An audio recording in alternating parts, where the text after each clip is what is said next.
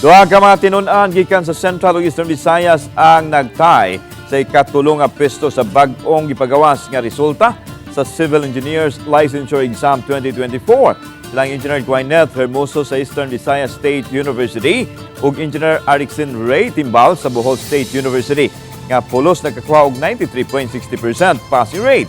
Ang usa sa mga rank 3 nga si Engineer Timbal miasoy nga gawas sa iyang mga ginikanan nga gihimo niyang inspirasyon, nakadasig usab ang iyang nitaliwang lolo aron siya mas maningkamot sa pag-review.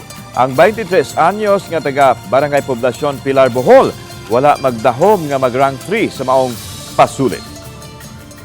Wadyo ko ga-expect nga nanay results, abi ko kanang gibutang lang ladaan ba, murag kanang template.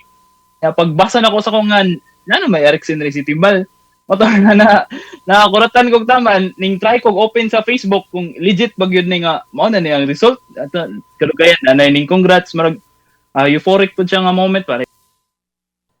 Samtang upat usab ka mga tinunan gikan sa Cebu City ang nag-top 10 sama nilang Jonas Aldrin Huntong o Renz Greg Dukay sa Cebu Technological University nga nag-rank 5 ug 10.